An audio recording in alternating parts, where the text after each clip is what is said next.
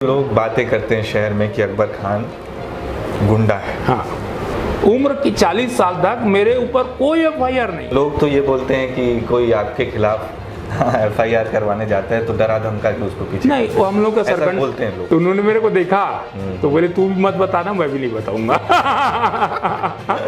मेरा जो राजनीति की शुरुआत है वो शाखा से हुई। अमर अग्रवाल जी के चुनाव के समय में आपने उनको जिताने के लिए स्याही बहुत सारे लोगों को लगवाई। वाणी राव जी आरोप लगाई थी मेरे ऊपर, किसी जज के साथ मारपीट की कोई घटना, उसमें भी आपका नाम आया। मैं नसर सिद्दीकी को फोन किया, उसकी वजह थी गौरांग बोबड़े। टीएस बाबा का उसमें स्टेटमेंट आया था, आपसे इंटरव्यू दे रहा हूँ नसर सिद्दीकी संविधान के पुस्तक में हाथ रख के बोल दे कि अकबर खान फोन नहीं किया था। सार्वजनिक मेरे को फांसी दे दो। मैं उनका नाम नहीं लेना चाहता अपने, कि मेरा व्यक्तिगत इंटरव्यू है, मेरा व्यक्तिगत संबंध है उससे। और मैं अपने बड़े नेता लोगों से भी दुखी था। प्रशासन ने आज तक क्लियर नहीं किया। अगर हम गलत हैं तो अरेस्ट करें मेरे को। तैयब हुसैन का बहुत बड़ा नुकसान हुआ और अब हमारे बड़े नेता एक बार भी नहीं बोले। अनुज भाई, अक्सर लोग बोलते हैं कि अकबर खान जो हैं वो लड़कों का, गुंडों का गैंग चलाते हैं, वसूली करते हैं, ज़मीनों पे कब्जा कर लेते हैं, गड़बड़ पेपर बनवा लेते हैं।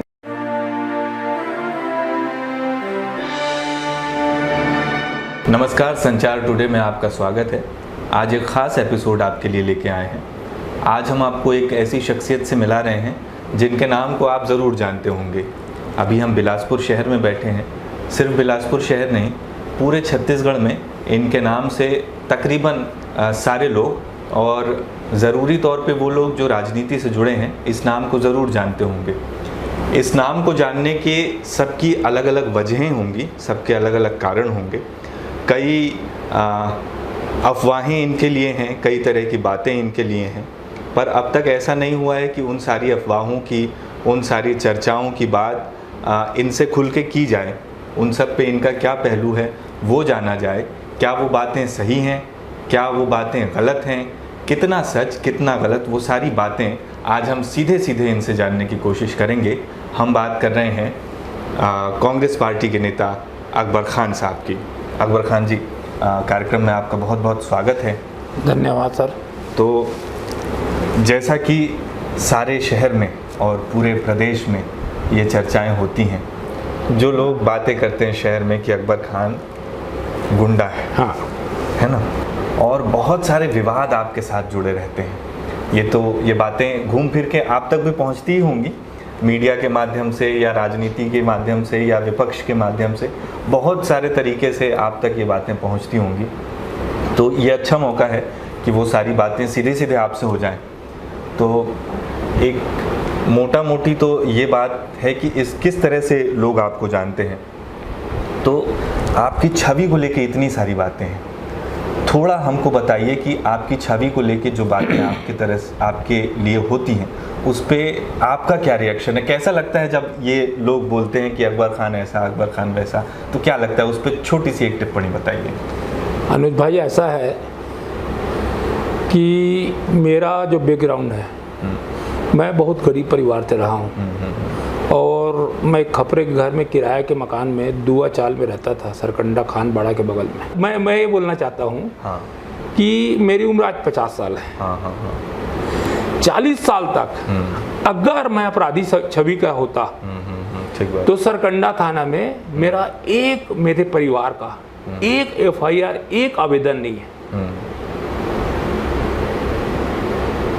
40 साल तक, उम्र की 40 साल तक मेरे ऊपर कोई एफआईआर नहीं, कोई आवेदन नहीं, ना मेरे परिवार के ऊपर।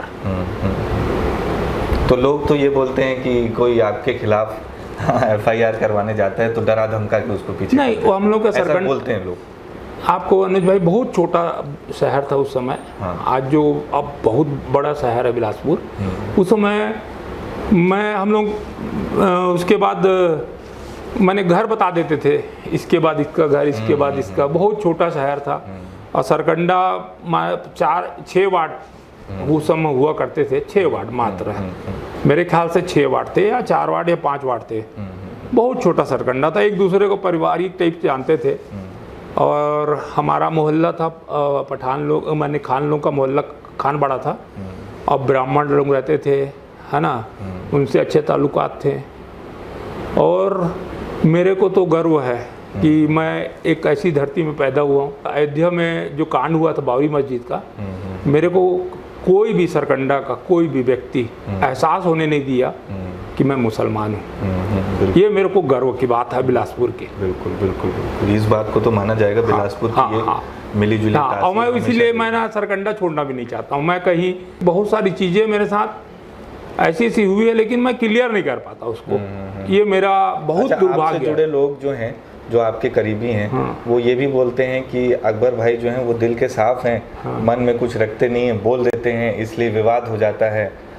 तो मतलब लोग बोलते हैं कि बोलने से पहले सोचते नहीं हैं थोड़ा सा।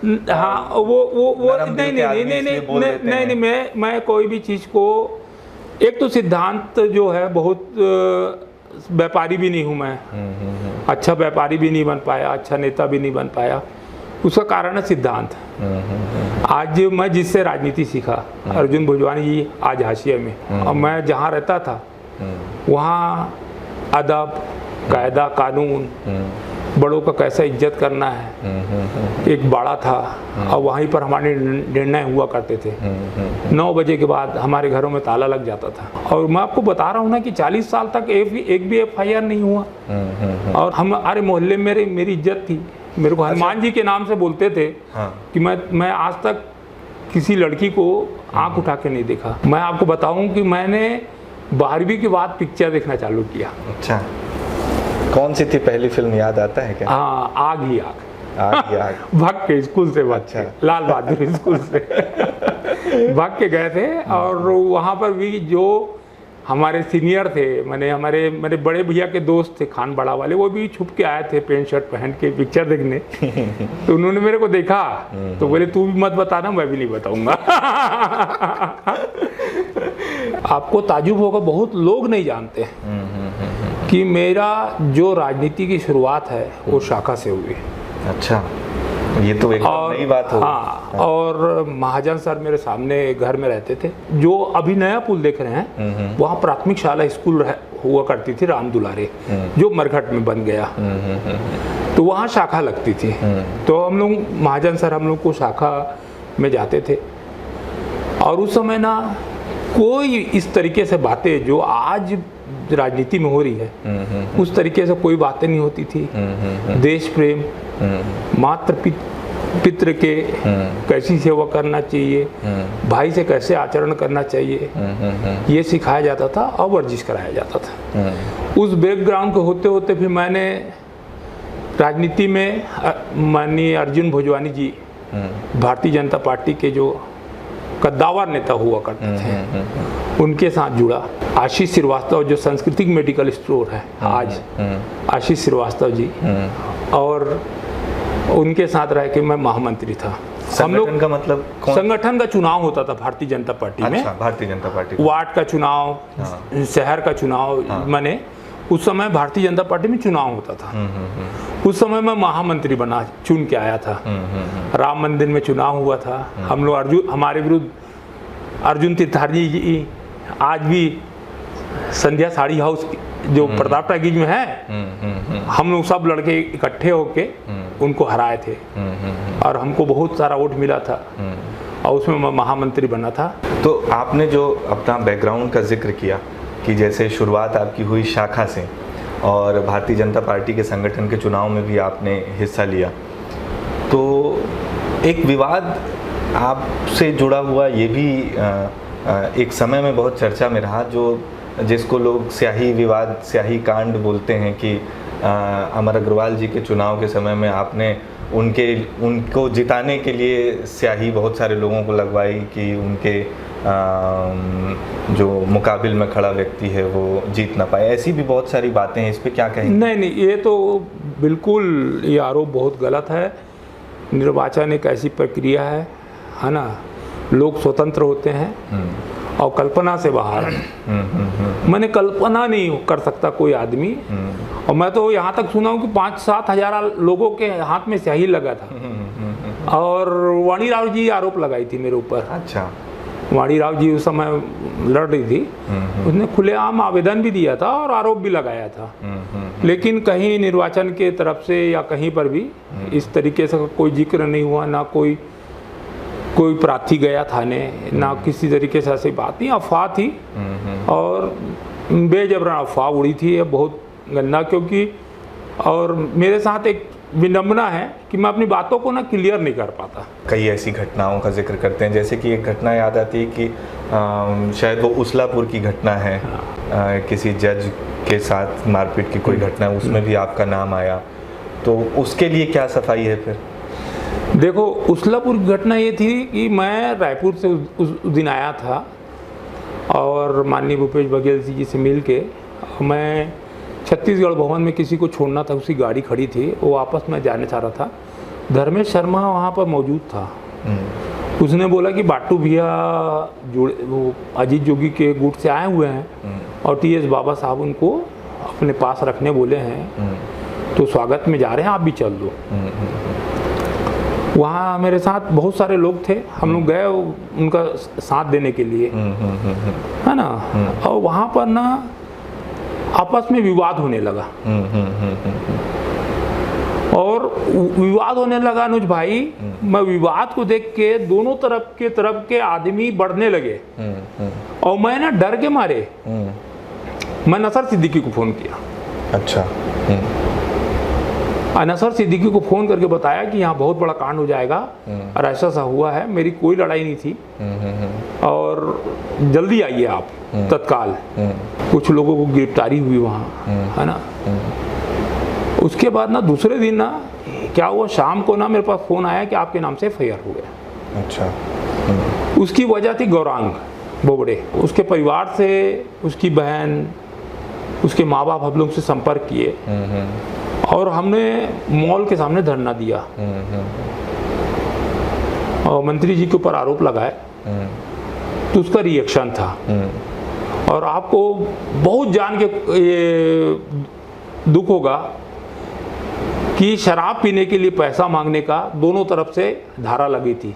अच्छा। जो धारा थी शराब पीने के लिए।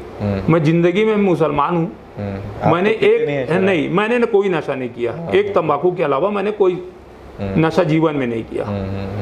और दारू पीने के नाम से दोनों पार्टी एक दूसरे से दारू पी रहे थे, जबकि टीएस बाबा का उसमें स्टेटमेंट आया था कि हमारे साथ थे इन लोग, है ना। अब मैं किसी को बताऊंगा नहीं, नाराज भी हुए थे बाबा साहब कि इस तरीके से कांग्रेस बदनाम हो रही है करके।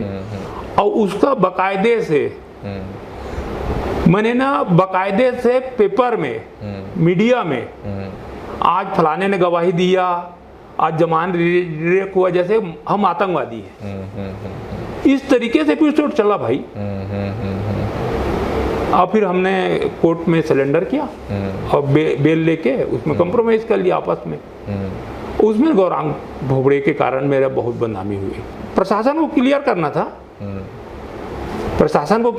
प्रशासन की लाचारी थी। हम लोग ने मांग की थी और जिन लोगों के ऊपर आरोप लगाए थे हम लोग, प्रशासन ने गिरफ्तार किया उस मामले में भाई। और TDS जो चल रहा था उसको 15-20 दिन के लिए, महीने भर के लिए बंद हुआ, उसके बाद TDS ही बंद हो गया। हाँ, तो इस शहर के लिए हमने लड़ाई लड़ी है और रेलवे जोन में लड़ाई लड़ी है। आपको बताता हूँ कि राजनीति में हम लोग आकाशवाणी का घेराव करते थे पृथक छत्तीसगढ़ के लिए। और मैं उस समय सबसे छोटा रहता था। मेरा काम रहता था बैनर को सामने, उस समय कपड़े के बैनर रहते थे, उसको सामने पकड़ के चलना। आकाशवाणी की गिरफ्तारी होता था कि केंद्र सरकार की, रेलवे तो ऐसे ही आम लोगों का रहता है, वहाँ गिरफ्तार नहीं होते, तो आकाशवाणी का घेराव करते थे मैसेज देने के लिए, पृथक छत्तीसगढ़ के लिए। तो आंदोलन से मैं शुरू से जुड़ा रहा हूँ और गौरांग भोबड़े के कारण वो आरोप मेरे ऊपर लगे और उसमें खात्मा भी हो गया। मतलब उसमें टारगेट किया गया हाँ, आंदोलन। हाँ, नसर सिद्दीकी अभी रायपुर में है। अगर मैं मारना पीटना चाहता था या गुंडागर्दी करना चाहता था, मैं नसर सिद्दीकी को क्यों फोन करता। आपसे इंटरव्यू दे रहा हूँ, नसर सिद्दीकी संविधान के पुस्तक में हाथ रख के बोल दे कि अकबर खान फोन नहीं किया था। आपको जो सार्वजनिक मेरे को फांसी दे दो, अगर नसर सिद्दीकी बोल दे।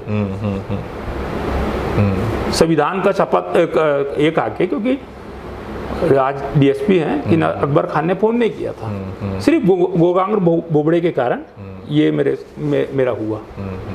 अच्छा चलिए, वो मामला तो आपने उसकी सफाई दे दी कि उसमें क्यों आपको टारगेट किया गया, लेकिन विवादित जो घटनाएं हैं वो कम होती नहीं है आपके नाम से। कुछ समय तक चीज़ें शांत रहती हैं, फिर कोई एक नया मामला निकल आता है। जैसे बीच में एक मामला आया था कि सरकंडा क्षेत्र के कोई व्यक्ति हैं, तो उन्होंने रज्जब अली, हाँ, बयान दिया, रज्जब अली जी आत्महत्या कर लिए थे, से आत्महत्या कर लिया, आप डरा धमका रहे थे ज़मीन के नाम से। मैं बहुत दुखी था।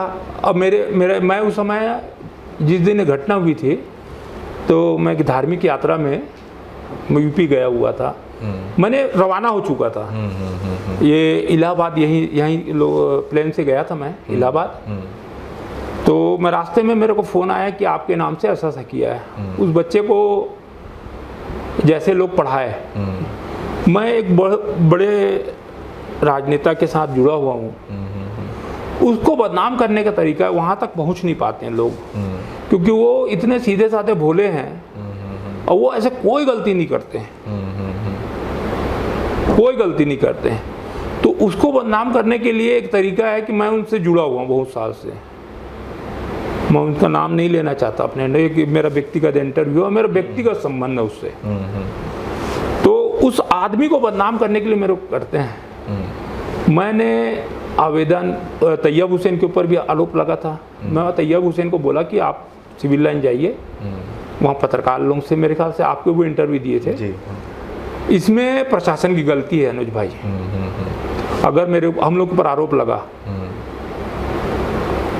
अगर उस बच्चे को नहीं मालूम है कि मेरा रज्जब अली से क्या संबंध है, खानबाड़ा के बगल में गैरेज की दुकान थी। मैं उस समय ना, मेरे पापा ना उनके यहाँ ना प्लग साफ करके मैं करता था उनके साथ काम। बहुत अच्छा आदमी था, कांग्रेसी मैन था। उसके लड़के को तो मैं जानता भी नहीं हूँ, और मैं कभी कोई धमकी नहीं दिया। और जो ज़मीन के बारे में बोल रहे थे वो आदिवासी ज़मीन है, उसको मैं कैसे ले सकता हूँ, एक। दूसरा, और मैं अपने बड़े नेता लोगों से भी दुखी था कि भाई प्रशासन को बोलते कि 20 दिन के अंदर आप जांच करिए। अगर आपके ऊपर आरोप लग गए अनुज भाई, कि कोई आपके ऊपर आरोप लगा दिया कि अनुज भाई ने 100 करोड़ रुपए का घपला किया है, क्लियर कौन करेगा आपको? आप तो झूठ बोल रहे हो ना। अगर मैं क्लियर करने जाऊंगा तो मैं झूठ बोल रहा हूँ। प्रशासन ने आज तक क्लियर नहीं किया। अगर हम गलत हैं तो अरेस्ट करें मेरे को। ठीक बात है, हाँ। अरेस्ट करें ना भाई, क्या बोले भैया। सुप्रीम कोर्ट का नहीं ये है कि हाई कोर्ट का है कि जो मरने वाला है, जिसने चिट्ठी लिखी, उसमें कहीं हम लोगों का जिक्र नहीं है, कहीं नाम नहीं है। अब जब प्रशासन उसको ढूंढने लगी, पता चला कि उनके मौसी से कोई जमीन का लेन देन था। मौसी कोर्ट सिविल कोर्ट से वो जमीन जीत गई है, उस सारी जमीन को बेच चुका है।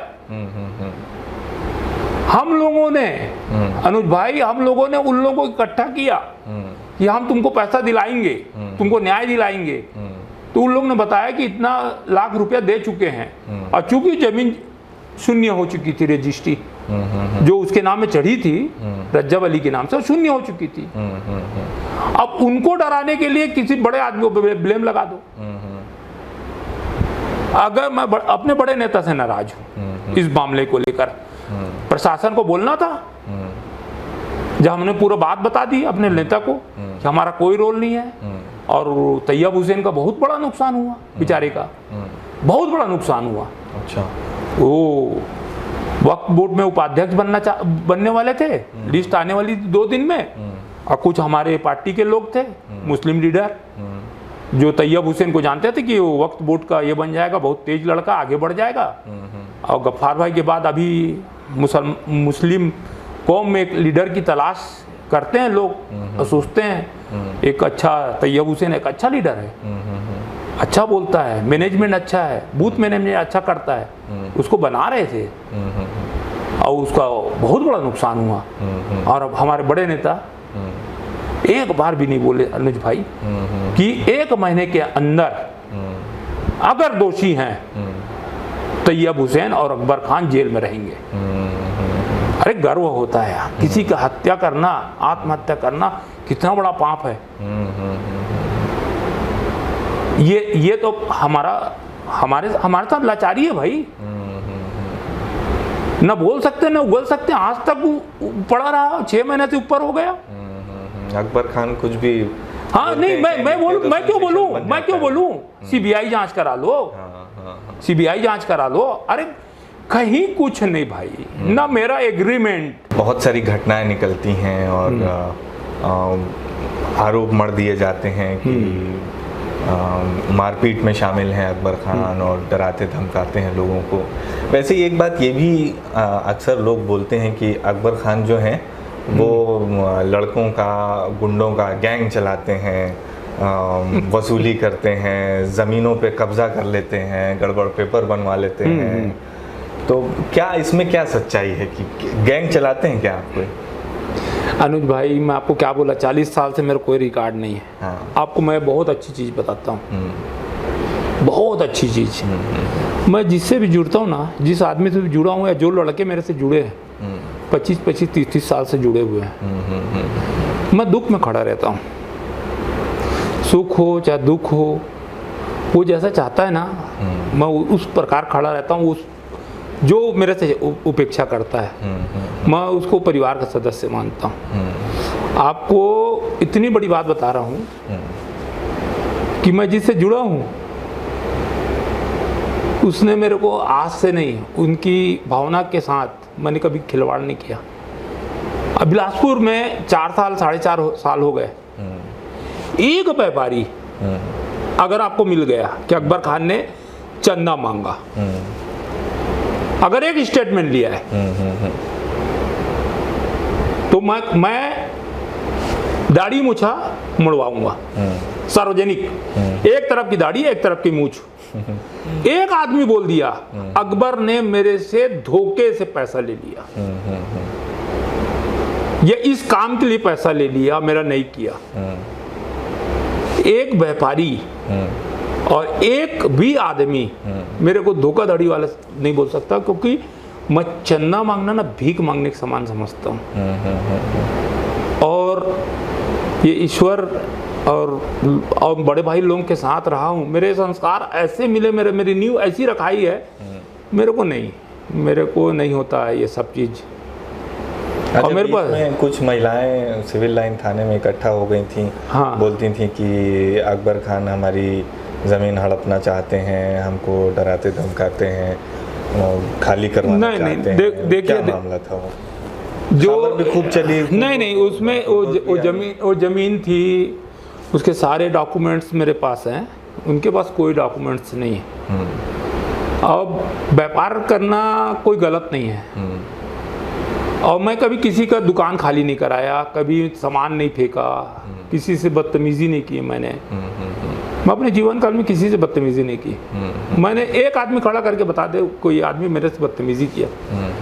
और जनरल मेरे लड़कों को चिल्लाने का, मारने कारण गाली गलौज करने की एक आदत है मेरी, जो खराब आदत है, अब मेरे मुंह से निकल जाता है। मतलब फ्लो में निकल जाता है। वो बच्चों के साथ, लड़कों के साथ, वो लड़के मेरे को इतना छेड़ते हैं कि वो जब तक मैं उनको गाली ना दूं ना, तो उसको जो भी समझते हूँ। मेरे पास तो 2-3 लड़के ऐसे हैं मेरे साथ, मैं उनको गाली देता हूँ ना तो वो खुश हो जाते हैं कि अब जा रहे हैं भैया, अब हो गया। अबे मत किया करो भाई, मेरे को अब मैं डुकरा हो गया हूँ, 50 साल उम्र हो गई, मेरी बेटी बड़ी हो रही है, और मेरे ऊपर मात्र 3 केस हैं। और एक घटना हुई थी विक्रांत तिवारी वाली। अनुज भाई वो वाली घटना भी, डॉक्टर अभिषेक शर्मा आज भी जीवित है। उसने मेरे को फ़ोन करके बोला कि एक रिटायर्ड जस्टिस कुछ पैसे का, कोई कंपनी थी जो पैसा इकट्ठा की थी, उस पैसे को देने आया था और सबको कॉल करके बुलाया है, और वो उस कंपनी से पैसा वापस करना चाह रही कंपनी, नागपुर की कोई कंपनी थी, मेरे को कुछ भी नहीं मालूम था। अभिषेक शर्मा, डॉक्टर अभिषेक शर्मा, जिससे मैं दांत का इलाज कराता था, उसने मेरे को फ़ोन किया कि जो जज आए हैं मैं उनके घर में पढ़ा हूँ। अकबर भाई मेरे माता पिता की तरह का है, और यहाँ पर छचका वाले, ना कि पब्लिक, छचका वाले घेर लिए हैं, पुलिस भी कुछ नहीं कर रही है। छचका वाले घेर लिए हैं, पुलिस भी कुछ नहीं कर रही है। और वो बहुत, मैंने कम से कम 75-80 साल के हैं। अनुज भाई, डॉक्टर अभिषेक शर्मा ने एफिडेविट दिया थाने में कि अकबर खान को मैंने बुलाया। अगर मैं डॉक्टर की मदद करने जा रहा हूँ, अपराधी हूँ, स्वीकार है अपराध। अनुज श्रीवास्तव की मदद करने जाऊंगा, स्वीकार अपराध। उसने एफिडेविट दिया और विक्रांत तिवारी को धक्का मुक्की में लग गया, उसको हिंदू मुस्लिम बना दिया। फिर मेरे ऊपर फिर आरोप लग गए, दारू पीने के लिए पैसा मांग रहा था।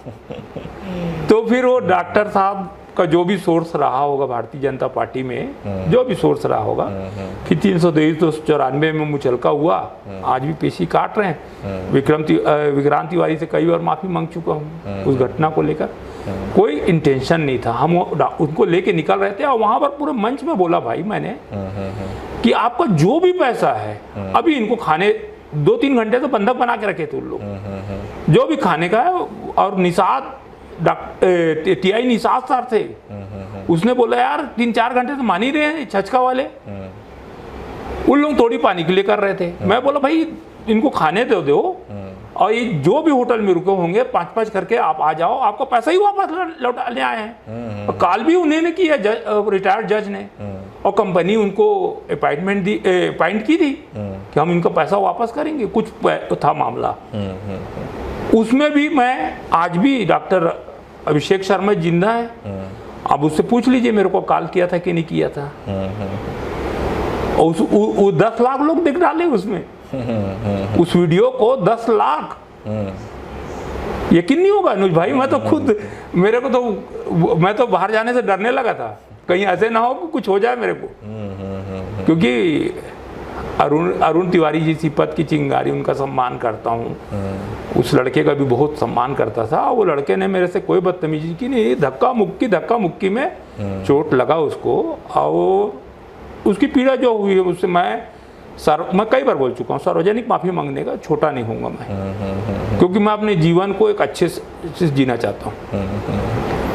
अच्छा, अब ये फिर से एक बार ये भारतीय जनता पार्टी का जिक्र आया कि उन्होंने फिर वो माहौल बना दिया, छचका ने माहौल बना, ब्राह्मण वर्सेस मुस्लिम, हिंदू मुस्लिम कर दिया वहाँ पे।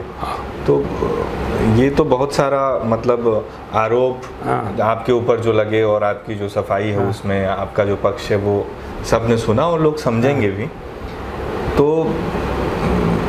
हम दरअसल ये सोच रहे थे कि जो भी वो लोग हैं जो इस तरह की बात करते हैं, समाज के लोग हैं चाहे राजनीति के लोग हैं, कि अकबर खान गुंडागर्दी करते हैं या गैंग चलाते हैं या भय बना के रखे हैं, तो क्या आपकी तरफ से उन सारे देखने वालों को ये बात कह दी जाए कि अगर ऐसा कोई अनुभव है आपका, आपके पास ऐसा कोई सबूत है कि अकबर खान गुंडागर्दी करता दिख रहा है या उसके लड़के कुछ इस तरह का काम कर रहे हैं, तो आए और रिपोर्ट लिखाएं और उस बात को उस तरह से सॉर्ट आउट किया जाए कि मुंह ज़बानी वाली जो बात है वो इस तरह से माहौल ना बनाया जाए। देखो अनुज भाई, आज सोशल मीडिया है, और उस समय तो कुछ नहीं था, कभी आरोप नहीं लगा। सोशल मीडिया में आप 10 मिनट 15 मिनट में किसी की इमेज गिरा सकते हैं, आप किसी की इमेज बना सकते हैं। सच्चाई वो जानते हैं, जैसे मेरा मोहल्ला है, मैं इंचार्ज बनता हूँ, तालापारा का इंचार्ज नहीं बनता हूँ, मैं सरकंडा का इंचार्ज बनता हूँ। मैं तालापारा का इंचार्ज नहीं बनता, मैंने सरकंडा नहीं छोड़ी। वहाँ पर दुर्गा पूजा हो, हम 3 दोस्त हैं, निर्मल, मनोज, मैं, बचपन के, हम लोग वहाँ पर रावण मुक्तिधाम में 10-15 साल से, 1-2 साल हुआ है मेरे को गैप हुआ बीमारी की वजह से, कि हम लोग 3 लोग ही उसको पूरा रावण को करते थे। और मैं आपको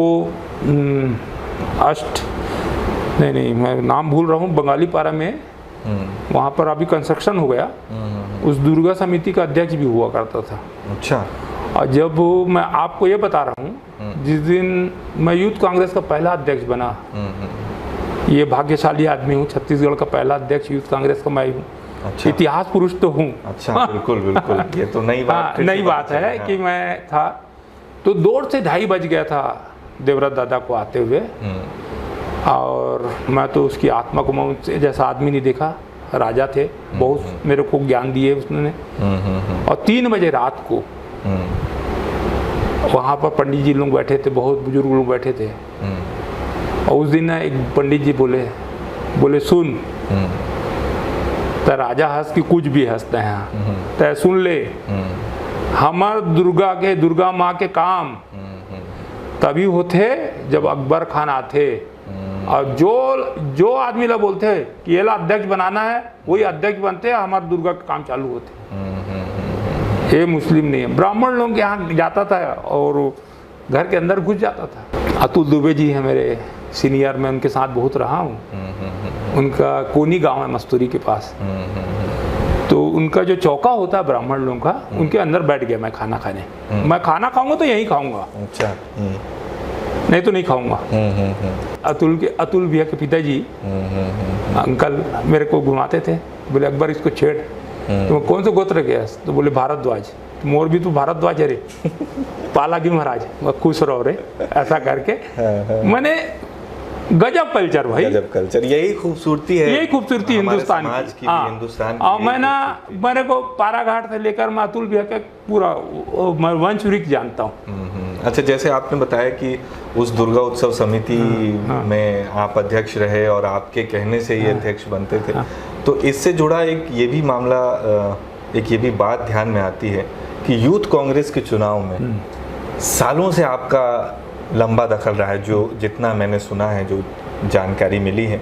देखो, राहुल गांधी जी की सोच थी कि गरीब आदमी चुन क्या है, और एक ऐसा सिस्टम बना कि कोई नहीं हारेगा, सबको पद मिलेगा।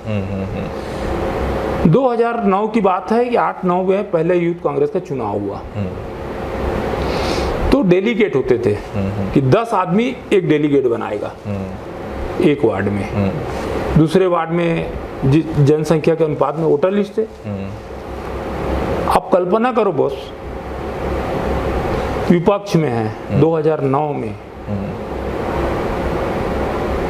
3000 यूथ वैन में भर के लाके वोटिंग कराना, डेलीगेट बनाना।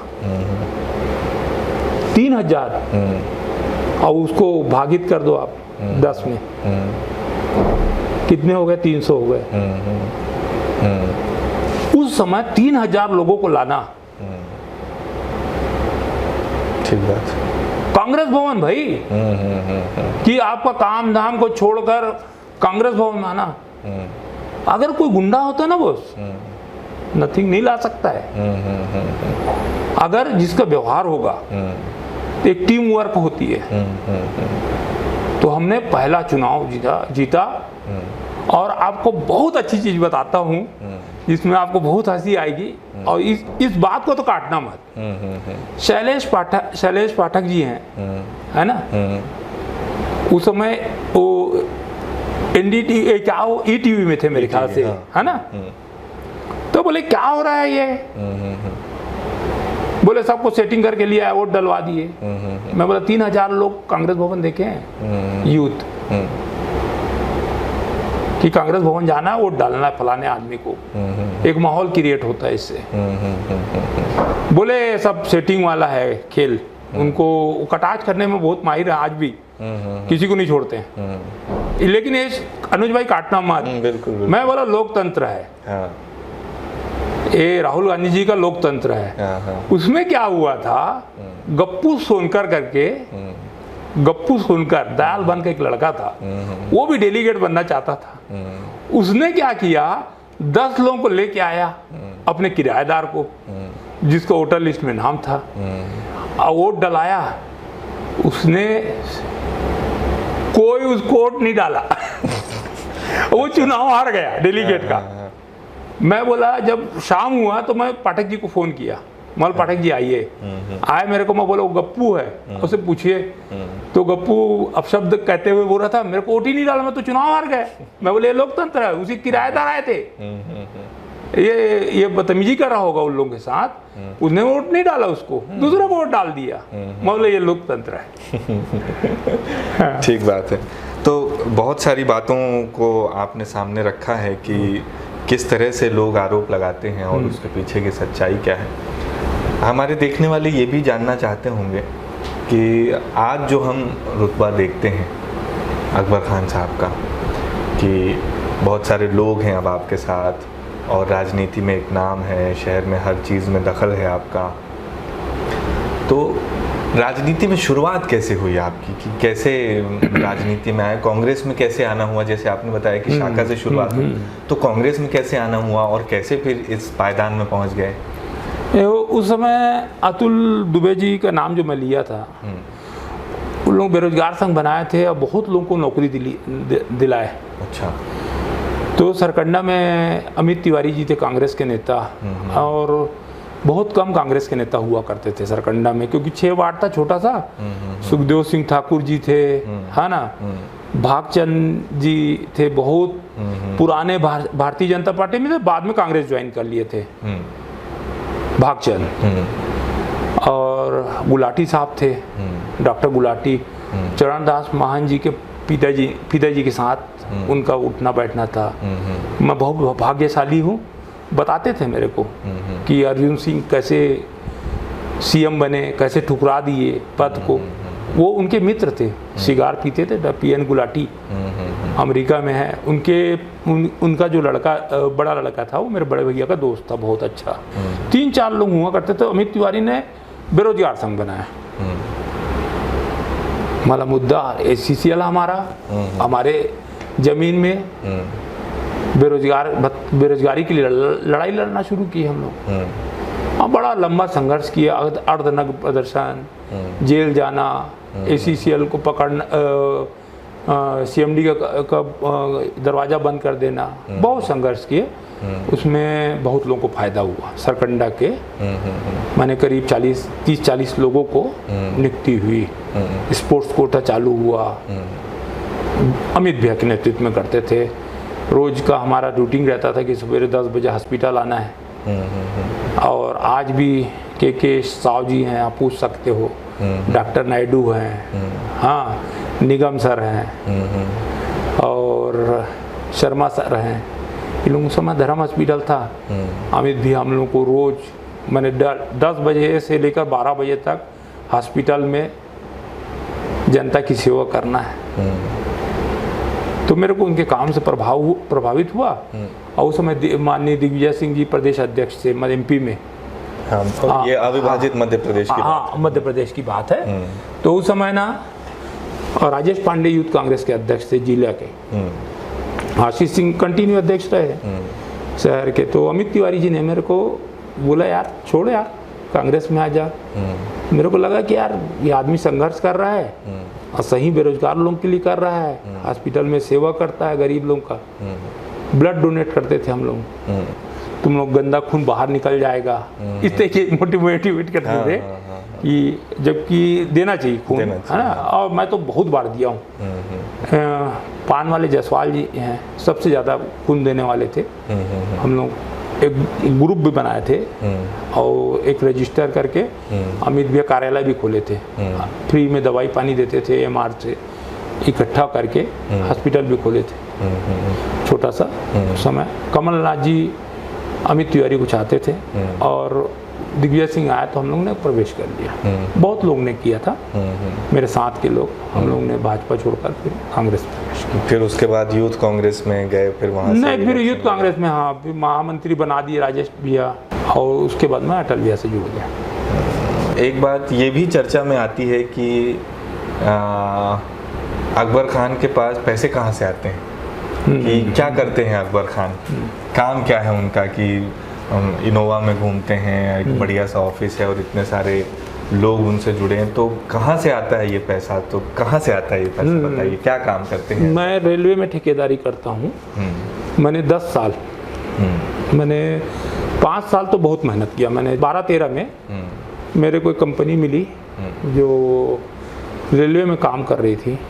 कुछ लोग डिस्टर्ब कर रहे थे उसको, तो मेरे संपर्क किया उसने कि भैया हमारा काम चला दो। उससे पहले ना टाटा मोटर्स में रिकवरी का काम देखता था, काम तो करता था मैं टाटा मोटर्स में, मेरा चैम्बर था। बिट्स साहब आज भी नहीं है, बिट्स साहब मेरे को चैम्बर दिए थे, रिकवरी का काम मैं देखता था। तो वहाँ से शुरुआत किया। उसके बाद भैया का अटैक आया, कोमा में चल दिए 5 साल। 5 साल बहुत डिस्टर्ब रहा। दोस्त लोग, बड़े भाई लोग, बरुआ जी, अभय बरुआ, बहुत मदद किया मेरे को। जो और लोग, बहुत सारे लोग थे, सब ने मदद की, सब दोस्तों ने मदद की मेरे को। 5 साल मैं काम नहीं किया। उसके बाद ना यही 2013 में मेरे को बड़े भाई लोग बोले पार्टनर बन जा। तो मैं कंपनी में बात किया कि मैं खुद का पैसा लगाऊंगा, और क्योंकि रिकवरी का काम मैं करता था, मेरे पास अच्छा खासा पैसा बचता था, लड़कों को काम भी मिलता था, तो मेरे पास पैसे थे। तो मैं वहाँ से पार्टनरशिप चालू किया। तो कोचिंग डिपो का काम मैंने किया 3 साल। फिर उसके बाद फिर कोचिंग डिपो का काम आज भी मेरे पास है 10 साल से। और रेलवे में CTS का काम किया मैंने, कंपनी से लिया, इम्प्रेशन कंपनी थी, उससे लिया। 5 साल उसको चलाया मैं। आज भी 2-3 काम है मेरे पास, बड़े काम हैं, मैंने अच्छे काम हैं।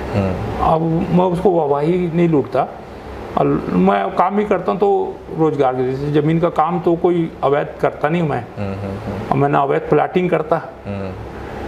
तो बेसिकली अगर मेरे को कोई अच्छा मिलता है ज़मीन तो मैं लेता हूँ। लोग बोलते हैं कि पेपरों में गड़बड़ी कर देते हैं। नहीं, अब वो समय चल दिया अनुज भाई, किए हैं लोग। तो बात वही है कि अगर नहीं किए हैं लोग किए हैं और करते होंगे। मैं आपको बताया ना कि वो जमाना गया कि आप कोई भी आदमी हो, चाहे कितना बड़ा गुंडा, बिना बात के आप जमीन का नहीं रख सकते, कदम नहीं रख सकते। कोई नहीं है, प्रशासन शासन ऐसा कभी किसी को छूट नहीं देता। और फिर इस रास्ते में किसी का दिल दुखा के किसी कोई काम करना मेरे को अच्छा नहीं लगता। मैं कभी नहीं, मैंने बहुत सारे काम बैठ के बहुत लोगों का मसले सुलझाया है। और जमीन अगर विवादित जमीन भी है तो बैठ के बात होती है।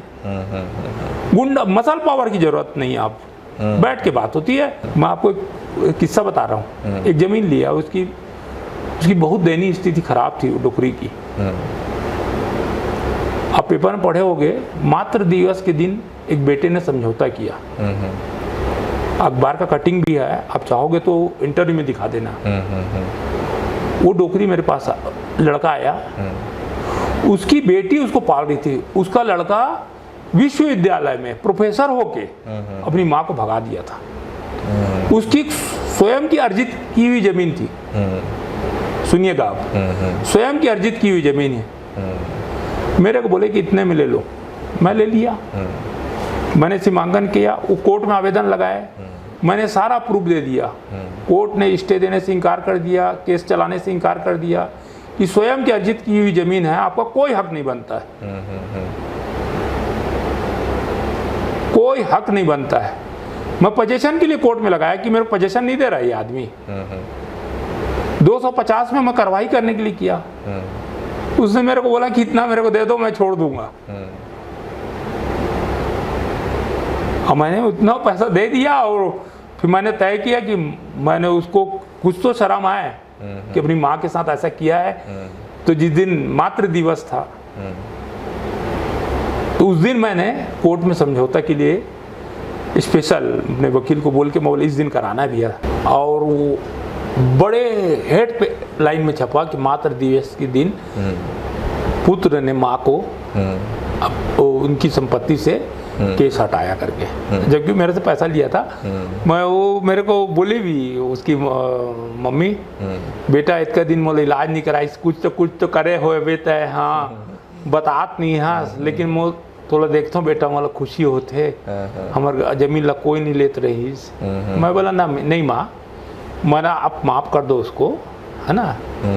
लेकिन ऐसे माता पिता को, ऐसे पुत्रों को समझना चाहिए। ये किस्सा सुन के एक फिल्म का सीन मुझको याद आया कि मुन्ना भाई फिल्म का एक सीन है, जो बुजुर्ग एक रहते हैं, उनका जन्मदिन होता है और उनका बेटा उनसे मिलने नहीं आता होता है, तो संजय दत्त वहाँ जाते हैं ऑफिस में, पहले प्यार से समझाते हैं, नहीं समझता है तो खिड़की से उल्टा लटकाते हैं, तो फिर वो नहीं तो ये चीज़ तो है भैया कि मैंने अगर आप अच्छा कर रहे हो, अगर अच्छा कर रहे हो भैया, तो अनुज भैया आपके पास कोई ना कोई, मैंने ना, आप किसी के साथ अच्छा कर रहे हो, अगर पॉजिटिव एनर्जी आपके पास आती रहेगी, आपको वो डगमगाएगी नहीं।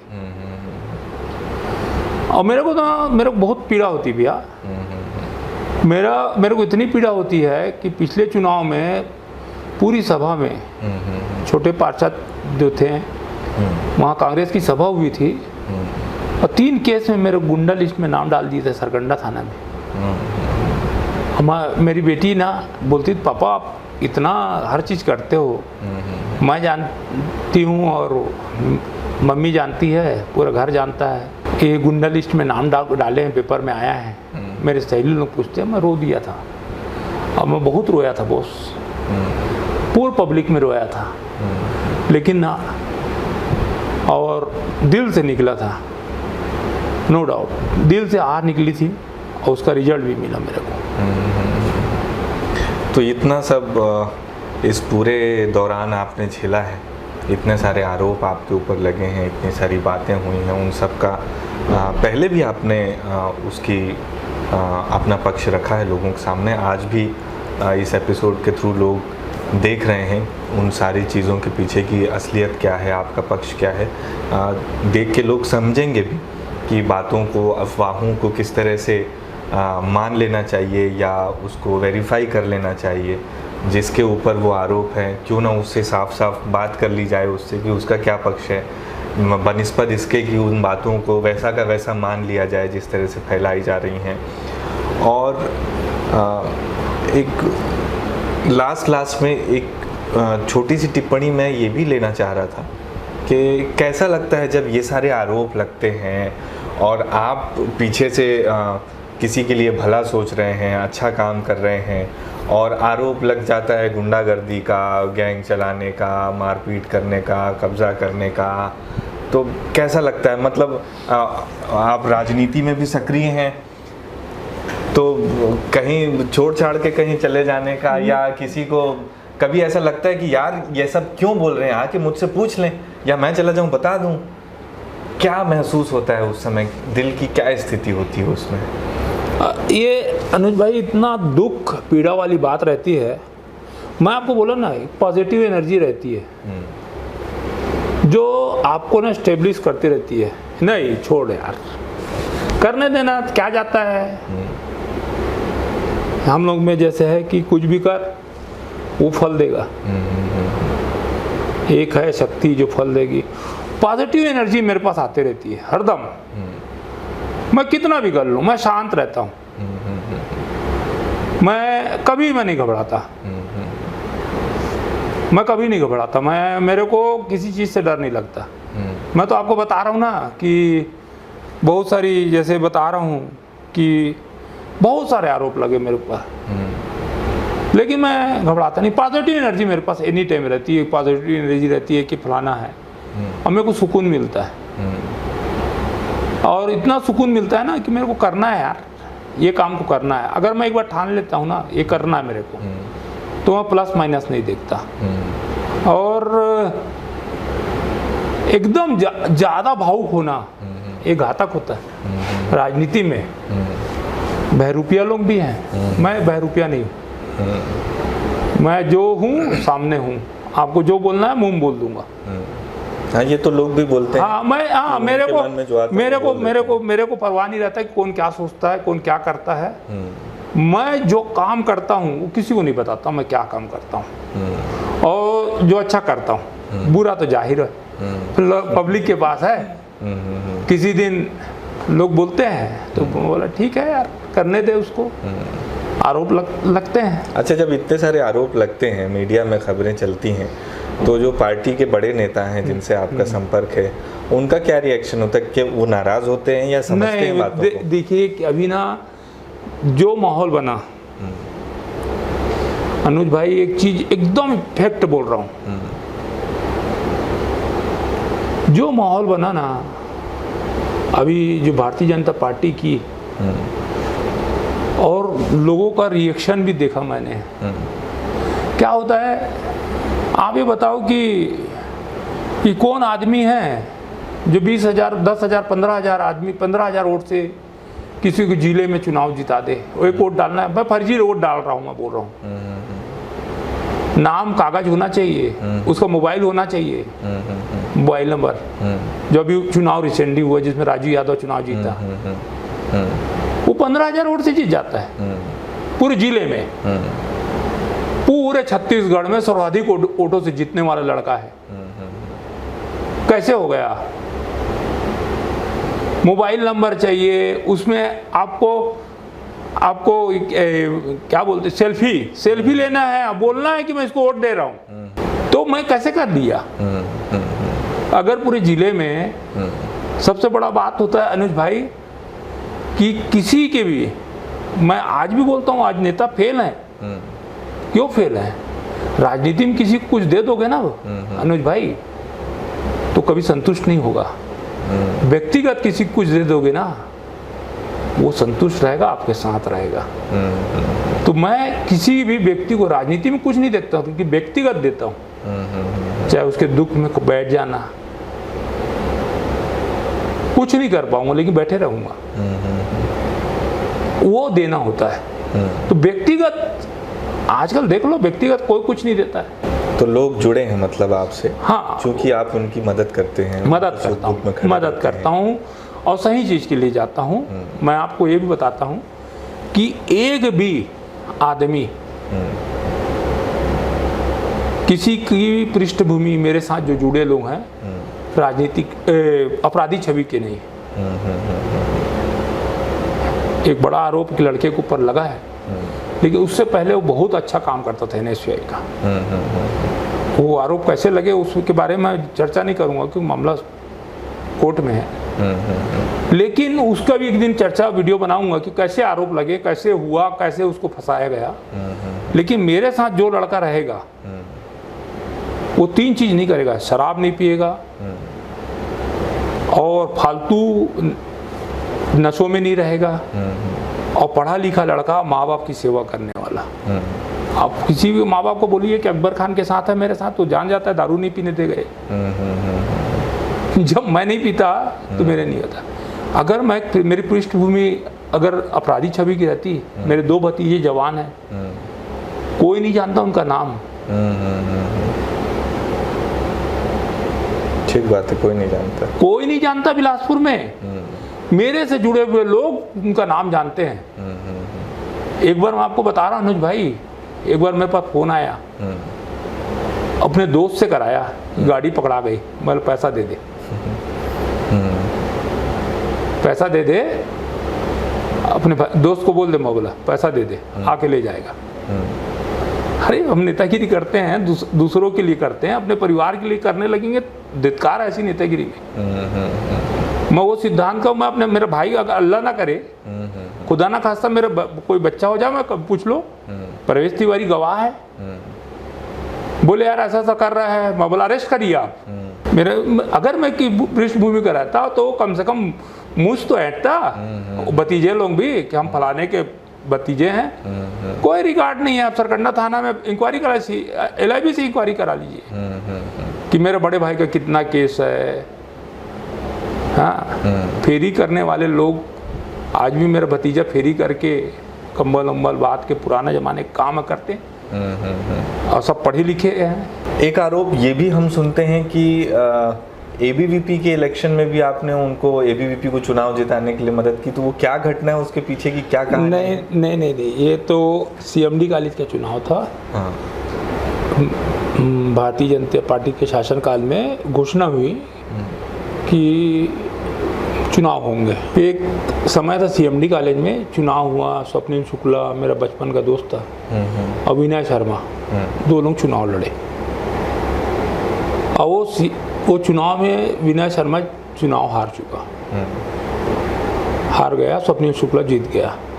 हमने स्वप्निल शुक्ला की मदद की थी उस समय। CMD कॉलेज से एक लगाव था, बड़े नहीं पढ़ा मैं, एक लगाव था। इसी बीच ना मेरे को टाइफाइड हो गया था, उसी बीच में ना कुछ लोग जीत गए चुनाव, नाम नहीं लेना चाहता मैं, लेकिन ना सीनियर लोगों को बहुत सम्मान किए। ABVP का चुनाव नहीं, वो एक CMD का अध्यक्ष बन गया, वो हमारी पार्टी का है, वो बड़े लोगों के साथ बहुत अपमान किया, मारपीट करना, वहाँ पर एक छत्र राज चलाना CMD कॉलेज में। सारे लोग मेरे को ना बोले कि ABVP का साथ दिया, तू इसका साथ दिया, लेकिन राकेश तिवारी मेरे में ये तय हुआ था कि अगर मेरे को ज़रूरत पड़ेगी तो मैं लेके जाऊंगा अपने नेता लोगों के पास, तेरे को ज़रूरत पड़ेगी तो तू लेके जाना। ये गठबंधन हुआ हम लोग के बीच में, लेकिन चुनाव जीतना है और आपके बिना नहीं जीत सकते, यूथ आपके साथ है, छात्र आपके साथ है। तो एक माहौल जो गंदगी वाला क्रिएट हुआ था CMD कॉलेज का, मेन उद्देश्य अनुज भाई मेरा वही था। और जो लोग प्रताड़ित थे उससे, उन लोग हमारे अगेंस्ट थे। ये दुनिया है, उनकी लड़ाई मैं लड़ रहा था। मेरे साथ कोई बदतमीजी कुछ नहीं हुआ, लेकिन जो उन लोगों के साथ हुआ था ना, वो पीड़ा मेरे को थी। और वैसे नेता हैं, मैं ऑन द रिकॉर्ड नहीं बोलूँगा, उनके साथ बदतमीजी और मारपीट तक हुई थी, वो मेरे को पीड़ा देती थी। अच्छे लड़के हैं यार, पढ़ने लिखने वाले लड़के हैं, ये आदमी मार देता है किसी को भी। वो गुस्सा मेरे अंदर में था, और वो गुस्सा मेरे को बहुत सारे पूरा ग्रुप की बैठक हुई, मेरे को मना कर दिए कि CM यूथ में अलग है, यूथ कांग्रेस का चुनाव है और छात्र नेतागिरी नहीं की हो, और छात्रों के बीच में कभी रहे नहीं हो आप। वाकई में मैं अब CMD कॉलेज में जाता था विनय के साथ, तो मेरे को इतना लगा ये नहीं था। तो मैं बोला यार यूथ तो हैं, बात तो समझेंगे, हम क्या बोलना चाहते हैं, किस मुद्दे में लड़ना चाहते हैं। अब मेरा सिलेक्शन बहुत अच्छा रहता था। मैं कांग्रेस पार्टी तो भारतीय जनता पार्टी, संगठन ये होगा कि जब तक वो अध्यक्ष रहेगा पार्टी ज्वाइन नहीं करेगा। और कॉलेज के इलेक्शन में दिल्ली DU में होता है, पैनल उतरता है Bharatiya Janata party NSY ABVP का। यहाँ ऐसा नहीं है, यहाँ ऐसा है नहीं। तो कोई आरोप लगा दे, प्रेस कॉन्फ्रेंस भी हुआ वहाँ, उस समय के छोटे भाई हमारे जो जिलाध्यक्ष थे, उसने इंटरसिटी प्रेस कॉन्फ्रेंस करके बोला कि अकबर खान ने ABVP का साथ दिया। मैंने भूपेश भैया से मिलवाया भी दीपक अग्रवाल को मुंगेली में, ये CMD कॉलेज का अध्यक्ष है। बोले यार तू कर कैसे लेता है? तो मैं बोला भैया गठबंधन है हमारा, जब तक ये अध्यक्ष रहेगा, एक उसके आदमी आते थे मुख्य अतिथि, एक मैं डिसाइड करता था, 2 प्रोग्राम होते थे, खेलकूद होता था, उसमें पहला खेलकूद हुआ तो राकेश तिवारी का मुख्य अतिथि रहता था, दूसरे प्रोग्राम में कांग्रेस का मुख्य अतिथि रहता था। ये समझौता था हमारा और बंधन, और उसमें कोई कमी नहीं करता था, कोई नहीं करता था, कोई NSY की बात नहीं करता था, कोई ABVP की बात नहीं करता था। ठीक है, तो बहुत सारी बातें हमने की और बहुत सारे आरोप जितने हमको मालूम थे उसके बारे में हमने आपसे पूछ लिया, और आप सब ने आपने बड़ी बेबाकी से और ईमानदारी से उसका जवाब दिया है। हमारे दर्शकों ने ये देखा भी, समझा भी होगा उन्होंने। और इसी के साथ अब इस मुलाकात को ख़त्म करते हैं, और एक छोटी सी बात अपने दर्शकों से आपकी इजाज़त के साथ मैं ये कह देता हूँ कि जितने भी आरोप के बारे में इस एपिसोड में हमने बातें की, और अकबर खान साहब ने अपना पक्ष रखा, सफाई रखी, जो भी बातें उन्होंने की। अगर आपको लगता है कि अकबर खान साहब की बातों में कहीं कोई कमी रह गई हो, या आपको लगता है कि कोई ऐसा आरोप है जिसके बारे में आपसे पूछा जाना चाहिए, तो इस वीडियो के, इस एपिसोड के कमेंट में आप वो सारे आरोप लिख दें, अपनी सारी बातें लिख दें, और उसके बाद हम दोबारा उन बातों को लेकर के, दर्शकों की बातों को लेकर के दोबारा आपके पास आ जाएंगे। आपके सवालों को लेकर के हम दोबारा आ जाएंगे अगर ज़रूरत पड़ेगी तो फिर से हम उम्मीद करेंगे कि दर्शकों के सवालों का आप इसी बेबाकी के साथ जवाब देंगे। और इस सीरीज़ में हम शहर की और प्रदेश की और नामी हस्तियों से मुलाकात करते रहेंगे, ऐसे ही नए एपिसोड बनाते रहेंगे। और इसी अनुरोध के साथ हम ये एपिसोड ख़त्म करते हैं कि आप देखते रहेंगे। मैं एक चीज़ अनुज भैया बोलना चाहता हूँ जी, तमाम लोगों से कि अनुज भाई का मैं जो आज जैसे मेरे को शाम को फ़ोन आया कि आपका इंटरव्यू लेना है, तो मैं एकदम से घबरा गया, अरे फिर कुछ हो गया क्या? तो बोले नहीं, बोले मैं जहाँ तक सुना हूँ, मैं एक नया एपिसोड चालू कर रहा हूँ और उद्घाटन आपसे होना है। मैं आपके चैनल का आपका आभारी हूँ। मैं सारे लोगों से एक ही चीज़ कहना चाहता हूँ कि जो भी आरोप है आप लिख दीजिए, अनुज भैया को पूछ लीजिए, है ना। अनुज भैया मेरे सवाल करेंगे आप मेरे को, लेकिन मेरे ऊपर जो आरोप लगे हैं उसके लिए आज मेरे को अच्छी नींद आएगी बिना गोली खाए। मेरे को भैया का एक्सीडेंट हुआ था, मम्मी ख़त्म हुई थी, मैं नींद की गोली खाता हूँ डॉक्टर की सलाह से, लेकिन आज मेरे को ऐसा लग रहा है मैं नहीं खाऊंगा। मैं अनुज भैया का बहुत बड़ा आभारी हूँ। अनुज भैया का मैं हृदय से आभारी हूँ। अनुज भैया ने मेरे बहुत सारे दिल के बोझ को हल्का किया। धन्यवाद अनुज भैया, आपका चैनल का धन्यवाद। बहुत बहुत शुक्रिया आपका भी, क्योंकि आपको भी बहुत सारे काम रहते हैं और इतना सारा लंबा समय हमने आपका ले लिया, वो समय आपने दिया इसके लिए बहुत शुक्रिया। आप लोगों ने इतनी देर तक हमें सुना उसके लिए बहुत शुक्रिया। आप बने रहें और अपने सवाल कमेंट में ज़रूर बताएं। नमस्कार।